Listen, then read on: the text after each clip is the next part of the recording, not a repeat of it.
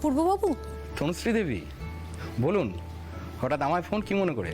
অপূর্ববাবু, আমার একটা সাহায্য চাই। আর কি সৌভাগ্য আমার, বলুন কি করতে হবে। আপনাকে সাহায্য করতে পারলে তো আমার জীবন ধন্য। না মানে একজন বন্ধুই আরেকজন বন্ধুকে সাহায্য করবে, সেটাই স্বাভাবিক। আপনি নির্দ্বিধায় বলুন। আসলে বাড়িতে না একটা প্রতিযোগিতা হচ্ছে।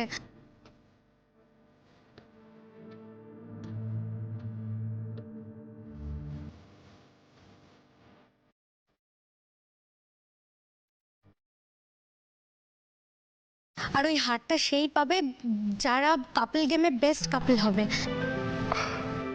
কাপল গেম? সরি, আসলে বন্ধুত্বের এখতিয়ার থেকে বোধহয় একটু বেশি অনধিকার চর্চা হয়ে গেল না? ঠিকই তো। আর কাপল বলতে যেটা বোঝায় সেটাও তো আমরা নই। এই মুহূর্তে আমাদের মধ্যে যেটুকু বন্ধুত্বের সম্পর্ক রয়েছে, আমার বোধহয় এইসব কথাগুলো বলা ঠিক হয়নি। সরি। আপনি এসব ভুলে যান, মানে আমি আপনাকে জোর করছি না, আমার বলা উচিত হয়নি এভাবে। আপনার সময় হলে আপনি তবেই হ্যাঁ বলবেন, মানে আমি বলছি বলে যে হ্যাঁ বলতে হবে এরকম কোনো ব্যাপার না। আর যদি নাও বলেন কোনো অসুবিধা নেই, আপনি কোনো হেজিটেশন রাখবেন না প্লিজ। তনুশ্রী দেবী, একটা কথা বলি, সম্পর্কটা না গাছের মতো, এটাকে না পরিচর্যা করতে হয় জানেন। যেমন ধরুন জল লাগে, সার লাগে, মাটি লাগে, তবেই তো গাছে ফুল হয়, ফল হয়। ঠিক না সেরকমও মানুষের সঙ্গে মানুষের সম্পর্কে যদি ফুল ফোটাতে হয়, সেটাকে পরিচর্যা করতে হয়, অর্থাৎ টাইম দিতে হয়, এফর্ট দিতে হয়। টাইম যত দেবেন, এফর্ট যত দেবেন, সম্পর্ক তত নিবিড় হবে, তত গভীর হবে। তা সে সম্পর্ককে আপনি যে নামেই ডাকুন, বন্ধুত্ব বা যাই হোক, আপনার আদেশ শিরোধার্য। আপনি যখন ডেকেছেন আমি অবশ্যই যাব। বাট মোস্ট ইম্পর্টেন্টলি এই কম্পিটিশনটা কিন্তু আমরাই জিতছি। কেমন? ভালো থাকবেন, রাখি।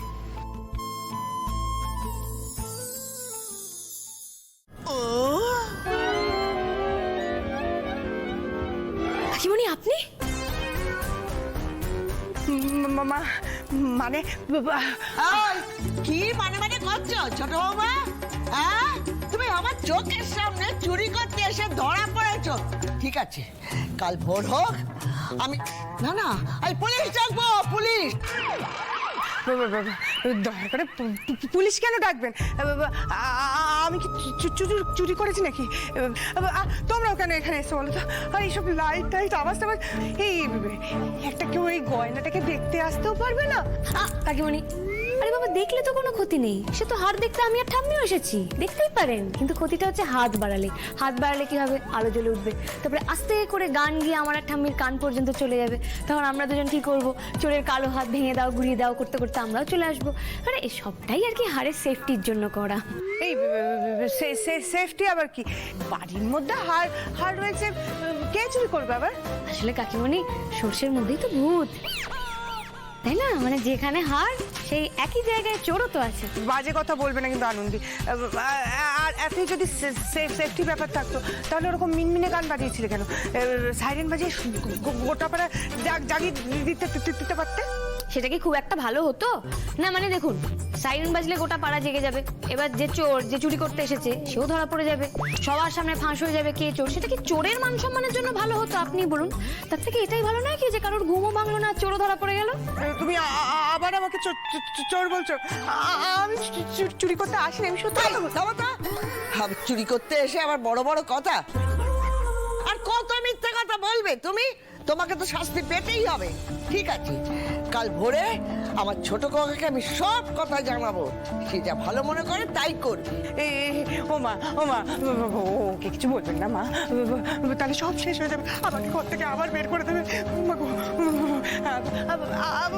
আমার যা বলবে আমি তাই করবো, কিন্তু ওকে কিছু বলবে না। আচ্ছা ঠিক আছে, বলবো না। বলে দিলে তো আপনার শাস্তিটা হবে না। না, আমি কোনো ঝামেলা করবো না, অন্য যা বলবে আমি সব কিছু করবো। বেশ, তো তাহলে কাকিমণি, কালকে যখন কম্পিটিশন হবে সেই কম্পিটিশনে আপনি বাদ দিয়ে দিও না আমাকে, আমার ওই হাতটা চাই। আমার কথাটা শেষ করতে দিন। আপনাকে বাদ কেন দেব? অ্যাকচুয়ালি কালকে কম্পিটিশনে ঠাম্মির একজন ভলেন্টিয়ার লাগবে, তো আপনি সেই ভলেন্টিয়ার হয়ে যান, তাই না শান্তি? কাল কিন্তু একজন বিশেষ বিচারক থাকবে, খেলা কিন্তু খুব কঠিন হবে। বিচারক? সে সে আবার কি হবে? সেটা কালই দেখতে পাবে, বিশেষ চমক। লাকি ইউ হ্যান্ডসাম, খুব মিষ্টি দেখতে, জেলাস, জাস্ট কিডিং। ও মাই গশ, আমি তো দেখছি এইবারে সব ছেলেরাই খুব ভাগ্যবান। সকলে একেবারে সুন্দরী সুন্দরী, সো প্রিটি, লাভলি। আচ্ছা আমি এই অনিরুদ্ধ, তোর এই ছোটবেলায় কি একটা স্বভাব ছিল না, মানে ওই ঘরের থেকে ঘরের বাইরে থাকতে ভালোবাসিস, এখনো কি সেরকমই আছে নাকি?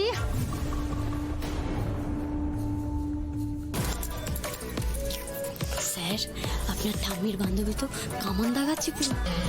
না রে কমল, সব কটা বাদর, কেউ শুধরই না। তাহলে ওই একই রকম সব। আচ্ছা এই অনিন্দ, বলছি তুই কি এখনো সেই ছোটবেলার মতন গোয়ার গোবিন্দ আছিস, না বড় হয়ে একটু শুধরেছিস? আর ওর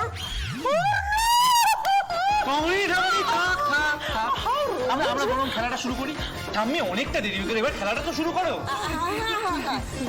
অবিয়া, আরে তো ঢেকুটা বাজা।